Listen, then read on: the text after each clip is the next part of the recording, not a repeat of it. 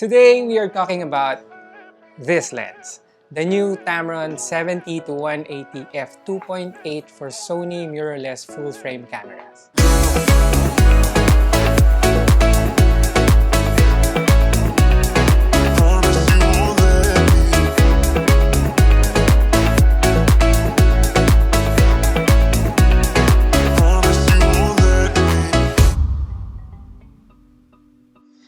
For those who are not aware, a little background for this product.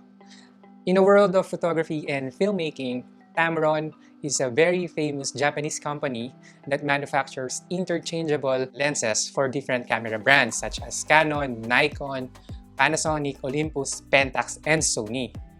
They offer a more affordable solution yet provide high-performance optics which are equally good for their respective branded counterparts. Halimbawa, in my case, I am using a Sony camera body, and as we all know, branded lenses ain't cheap. So instead, I am using a third-party lens, which is Tamron, and then combine it with my Sony camera. So I'm not gonna talk about everything about this lens. It's going to be my first impression and just share with you what are my thoughts about this new lens. So let's dive in. So the lens has a minimalistic design with only a zoom ring, focus ring, and a lock switch on the barrel. The body is made out of high-grade polycarbonate material, which allows Tamron to shave off some weight. It weighs about 1.7 pounds. The length comes in at 7.5 inches with the hood on. While the barrel does extend to 180 millimeters, the lens is still shorter than the 70 to 200 G Master. Talking about size and weight, magaan at maliit siya, so it's easier to pack in the bag when traveling. Because it's lightweight enough for the zoom range, I would say it would also be an advantage in terms of compatibility. I tried to balance this with the Zhiyun Weebill S and it balanced just right. Kahit mag-zoom in and out ka from 70 to 180mm, kayang-kaya.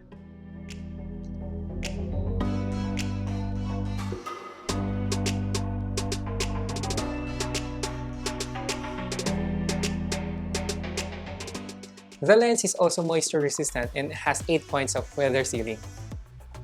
This lens has a 67mm diameter filter size, which is common and the same as the other filter size for your Tamron 28 to 75 and 17 to 28 wide angle. So if you already have those lenses, makakatipid ka na by not buying additional filters for this lens. Another important feature worth mentioning is the close minimum focusing capability. At 70mm, you can manually focus at 0.27 meters, which is pretty close for a telephoto lens. The autofocus features a new VXD motor.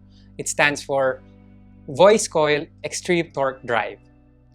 The focus mechanism providing a fast and precise autofocus. The lens features 2 of these motors to allow for accurate and consistent autofocus tracking. It works just as good as the native Sony lens. Another benefit of these motors are they are extremely silent. So mas magbe-benefit at mag-e-enjoy dito yung mga videographers. Unfortunately, this lens doesn't have an image stabilization. So just be careful if you intend to use this handheld, especially for those camera body na walang built-in stabilization system. But for those who uses a camera body with a built-in image stabilization system like the Sony a7 III, you're good to go. It's not going to be super stable, but it's usable for the most part. The main selling point of this lens is the focal range and the maximum constant aperture of 2.8. Having a wide aperture across the range is very important because it will provide you a good separation between the subject and the background. It will isolate your subject in focus while making the background blurry. So who is this lens for? Palagay ko, this lens will appeal to both consumers and professionals na nasa market of getting a new lens at this focal length. This could be an affordable option since it is priced in the market at $67,490. Don't get me wrong, 67,000 is still a huge amount. Malaking halaga pa rin ito. But it is almost 3 times cheaper than the 70-200 Sony G Master.